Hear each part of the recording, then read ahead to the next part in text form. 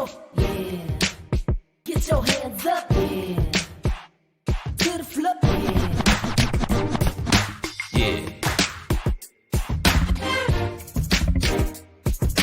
Yeah. Assalamualaikum warahmatullahi wabarakatuh.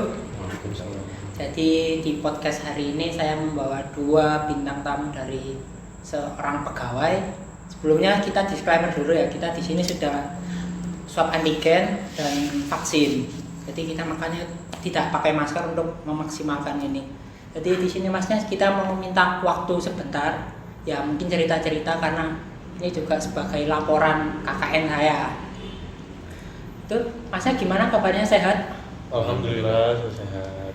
Mungkin mau perkenalan dulu. Ya, saya Farhan, saya sebagai freelancer terutama di event organizer dan wedding organizer.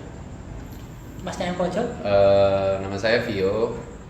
Saya karyawan swasta di salah satu perusahaan konsultan IT di Surabaya yang bergerak di bidang logistik.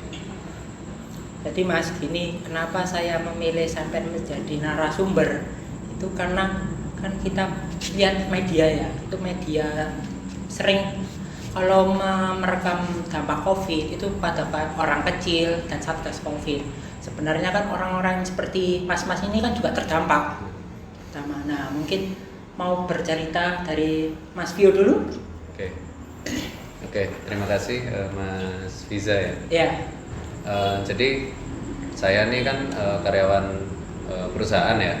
Saya sebagai seorang karyawan perusahaan yang dimana budaya kerja perusahaan saya sebelum pandemi itu kami itu work from office (WFO). Nah, dengan work from office dan tiba-tiba menjadi pandemi yang memaksa kita untuk menjadi work from home (WFH) itu kita harus adjust dengan banyak hal ya, menyesuaikan, adaptasi.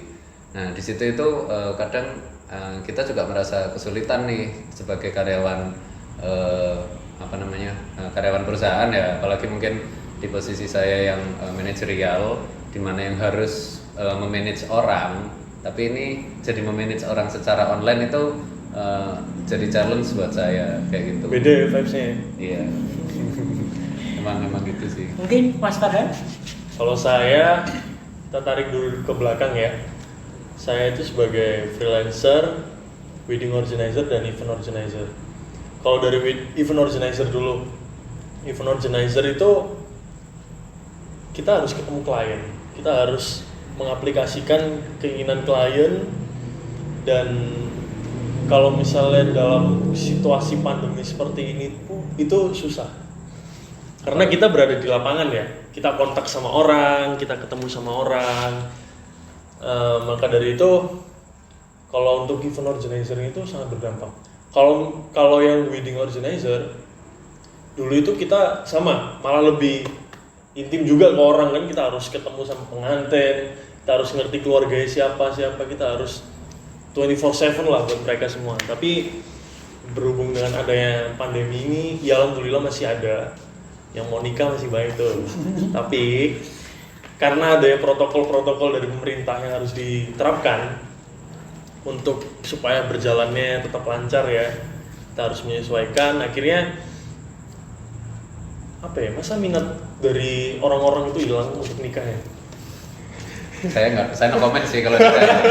Tapi kalau dari event sih kan emang karena di PPKM itu kan kalau kita bilang sekarang PPKM kan ya. Yeah. Itu kan emang event itu kan sementara ini tidak boleh ada dulu. Tuh. Ditiadakan gitu kan ya. Jadi ya wajar kalau menurut. Kalau event organizer mungkin berdampak ya. Banget. Kalau misalnya yang wedding organizer masih ada tapi tetap berdampak. Dan gini, kalau event organizer ini baru-baru ini kayak kita lebih melakukan event ke digital gitu. Yeah. Ya, jadi kayak beberapa event festival itu jadi online ya. Festival jadi online, habis itu press conference yang online. Yeah. Kita harus menyediakan juga ya. Tetap ada jalan lah. Tapi tetap aja nggak bisa nyamain kayak dulu ya. Bener, nggak maksimal sama sekali. Ya mungkin untuk bertanya lebih dalam, untuk Mas Vio sebagai manajer, kalau online itu gimana? Kalau online? Nah, saya nih ya dulu nih kan kalau kita sebelum ada pandemi kita WFO itu kan selalu mudah ya untuk komunikasi ya. Saat kita ada tugas, kita butuh si A misalnya, kita tinggal nyamperin aja ke mejanya gitu kan. Iya. Ya, kita butuh si B, tinggal panggil ke ruangan gitu kan. Nah, tapi berhubung karena ini WFH, kadang itu ya suka dukanya itu ya mau ngontak itu sulit gitu kan ya. Kita mau ngontak walaupun mereka tahu ya jam kerja, walaupun mereka dari rumah kan harusnya tetap bekerja nih ya. Tapi ya karena efek bekerja dari rumah, jadi apa ya, vibes-nya itu beda gitu. Selalu ada bawaan males ya. Iya, apalagi kalau yang kantornya di kamar kan, lihat kasur itu hangat. Iya.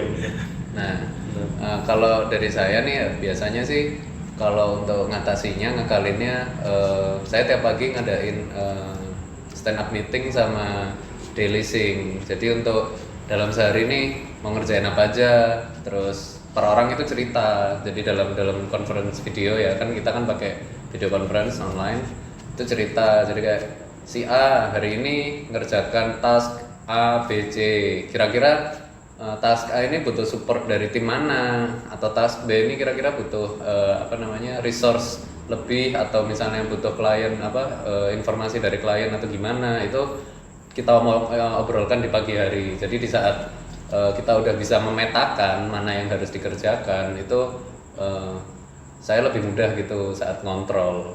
Tapi tetap aja itu challenge yang lumayan sih, ngontrol orang secara remote ya. Ya untuk Mas Farhan kan karena sekarang tadi juga lebih virtual. Kalau mau membuat acara festival pasti juga ada yang terdampak seperti dekorasi, sound system, lighting, itu kan juga pasti tidak ikut dari bagian sampean. Nah, terus lantas bagaimana sampean menyikapi gitu kalau misal tetap online? Misal sampean juga punya relasi baik dengan orang-orang yang seperti itu. Gini, kita ini freelancer kayak event organizer, wedding organizer itu pasti di lapangan. Iya. Ya.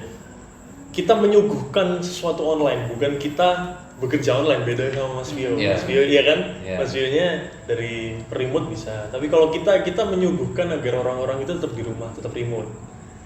Akhirnya kita tetap turun ke lapangan, tapi sesuai dengan protokol pemerintah kayak gitu. Kalau misalnya ada festival nih, kita tetap turun ke lapangan. Kita misal di lobby hotel, kita ada panggungnya, ada set panggung, ada set kamera segala macam. Ya kita bekerja di sana sesuai protokol dan kita menyajikan kepada orang-orang secara online gitu. Kalau untuk yang terdampak ya, kayak partner bisnisnya ya karena mereka nggak kayak misalnya sound system, vendor sound system gitu ya. Itu kan sound system itu kan didengarkan dalam apa ya, kayak kita bareng-bareng nih, kita mendengarkan. Kalau misalnya online sih kayaknya kurang, nggak bisa dan memang terdampak banget. Ya pasti ada 1-2 yang terdampak ya. Iya, benar. Ya mungkin langsung mungkin ada tanggapan atau kritik, soalnya kan ini juga akan diupload, mungkin akan didengarkan oleh pemerintah atau masyarakat lainnya. Untuk masukan atau kritik pemerintah atau masyarakat juga boleh mengenai bagaimana sih kita seorang masyarakat harus bertahan hidup di Berat nih. Di masa pandemi seperti ini. Farhan dulu.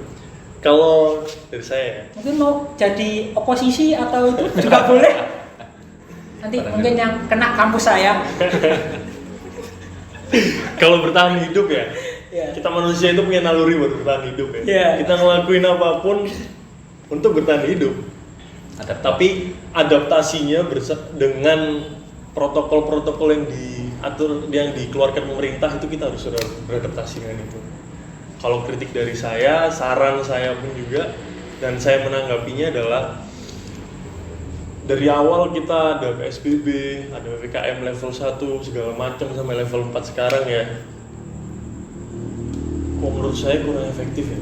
Kasihan buat orang-orang kayak menengah ke bawah, kayak gitu yang punya pengusaha bisnis. Mungkin pemerintah punya jalan lain yang lebih baik agar kita semua tetap masih bisa berkarya, tetap bertahan hidup ya. Dan pokoknya peraturan-peraturannya semoga bisa beradaptasi juga dengan kita. Jangan kita doang yang beradaptasi dengan Ya, ambil aturannya. jalan tengah ya. Iya, benar. Kan kita juga goalnya kan sama kan ya aslinya ya kan. Sama-sama pengen COVID-nya ini juga menurun kan. Betul.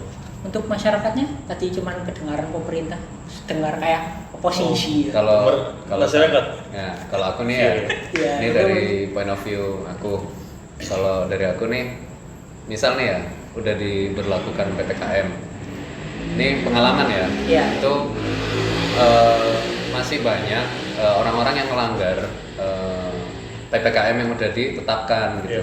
Sebenarnya oke lah, kita paham mereka kadang butuh kerja ya, sama lah, kita semua kan juga pasti butuh bekerja untuk menafkahi keluarga, untuk Yeah. makan, untuk hidup ya. Benar. Tapi kan dengan adanya PPKM ini kan goal kita itu kan sebenarnya sama, untuk menekan angka COVID ya. Yeah. Misal nih, masyarakat sendiri nggak mau menaati PPKM itu, nanti ujung-ujungnya apa? PPKM diperpanjang lagi. Nah, kan kalau misalnya nih kita udah sama-sama oke lah, ayo kita dari pihak pemerintah, dari pihak masyarakat ya, kita sama-sama mau COVID ini, sama-sama mau menjalankan PPKM ini dengan benar ya. Aku bukan bilang betul, tapi benar, dengan efektif dan efisien, sesuai. Aku yakin PPKM itu nggak akan berlangsung lama. Ya. Adanya kita diperpanjang itu kan karena tidak tercapai angka yang diinginkan loh. Nah, kayak gitu. Iya, gini ya, kayak susah akhirnya. Iya. Kita sama-sama manusia tuh harusnya saling tolong menolong ya, Iya. sesuai dengan Indonesia ini apa gotong royong Gotong ya. royong. Harusnya kayak gitu sih. Tapi ini malah terjadi dualisme. Iya sih, kan juga di media kan juga banyak yang kaya ngomong prokes, yang miskin ngomong lapar. Iya. Ya. Kalau dari mahasiswa sendiri gimana? Mahasiswa sendiri kalau menghadapi online ya gitu Mas, juga males Mas. Ya kamera itu masuk Zoom, masuk room, gimmick gitu, kamera dimatiin, balik tidur Mas. Apalagi kalau yang susah itu kalau dosennya gaptek gitu Mas. Yang gaptek dosennya, yang disalahkan mahasiswanya Mas. Ya saya juga pingin sih aslinya nyalain Zoom tinggal tidur, tapi kan nanti nggak digaji ya. Iya.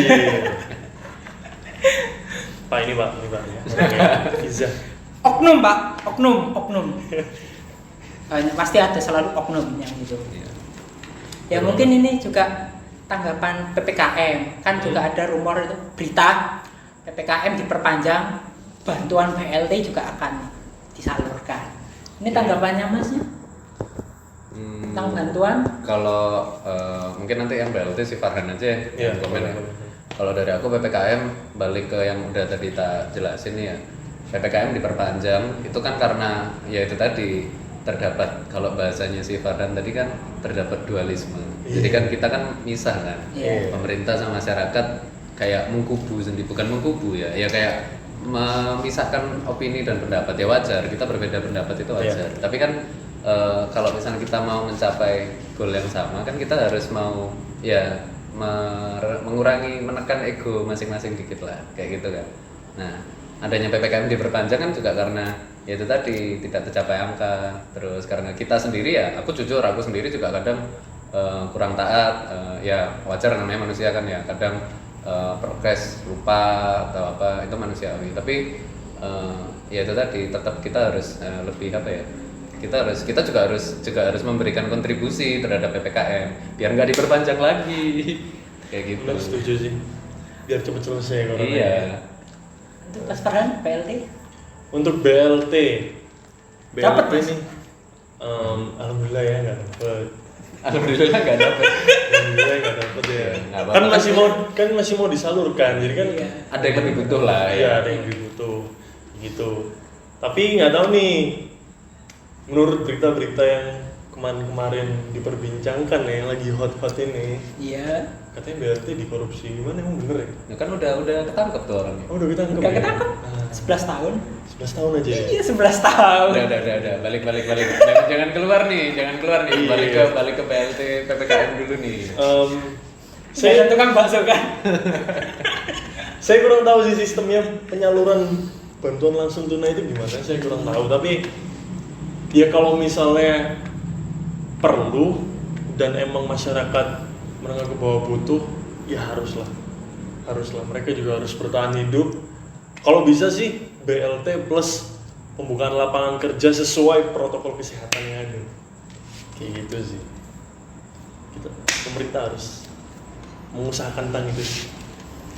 Ya mungkin itu sekian dari kita karena kita juga sudah dapat untuk berusaha memahami satu sama lain terutama yang dapat dipelajari. Betul sekali. Ya mungkin dari itu masnya juga sehat-sehat ya, Ya. untuk depannya. Terima kasih Mas Wiza. Sekian, assalamualaikum warahmatullahi wabarakatuh. Waalaikumsalam.